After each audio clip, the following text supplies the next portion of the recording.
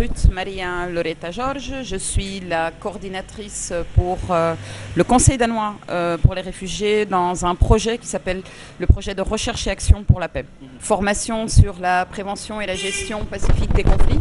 Je pense que dans l'ensemble, la formation s'est très bien déroulée. On a eu vraiment une participation très active des acteurs de terrain qui sont en fait des ONG locales qui travaillent dans la région de la Casamance sur des questions justement de gestion de conflits et de consolidation de la paix. Donc je pense que dans l'ensemble, la participation très active et très engagée des différents membres. Alors c'était chaque fois un représentant d'une organisation.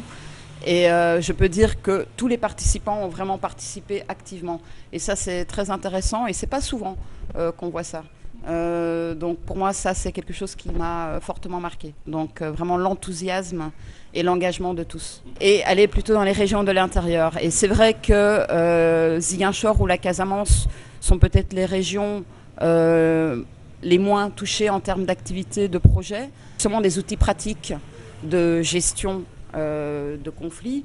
Alors c'est intéressant aussi parce que certains des outils qu'on a mentionnés pendant la semaine, ils les connaissent, mais je pense que pendant cette semaine, on a vraiment approfondi beaucoup plus ces outils, donc je pense qu'ils vont pouvoir les utiliser dans leurs activités futures. Je me nomme Stéphanie Théoul Sagna. Je suis la directrice exécutive du comité régional de solidarité des femmes pour la paix en Casamance, ou Soforal en Diola, qui veut dire unissons-nous. J'ai hautement bien apprécié la participation, surtout que nous, en tant qu'association, notre premier axe d'intervention est le renforcement des potentiels de paix, parce que l'association est née dans un contexte de crise, la crise casamançaise, et ce sont des femmes qui se sont unis, qui se sont engagés et qui ont voulu apporter leur contribution à la résolution de ce conflit. Et actuellement, nous sommes en train de soutenir l'accompagnement au retour des populations qui étaient déplacées et qui progressivement reviennent à leur terre d'origine. Et effectivement, ce retour ne se fait pas sans difficulté, sans conflit.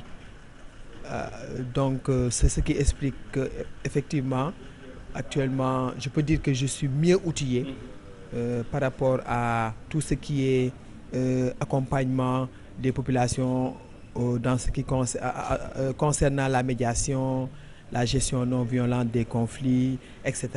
De partager le contenu de la session avec l'équipe. En même temps, nous allons voir comment démultiplier auprès des relais, des parajuristes, auprès des partenaires à la base qui, de manière régulière, sont avec les populations, c'est-à-dire nos communautés partenaires à la base. La société est toujours en mutation et au Sénégal, nous sommes en train de nous projeter vers des élections. Et généralement, qui dit élection dit phase de tension. Actuellement, il faut beaucoup d'apaisement, puisqu'on ne sait pas ce qui va se passer. Donc, puisqu'il y a beaucoup d'enjeux, c'est vraiment pour nous une occasion de réinventer les manières de bien communiquer pour que la paix, la stabilité puissent se pérenniser.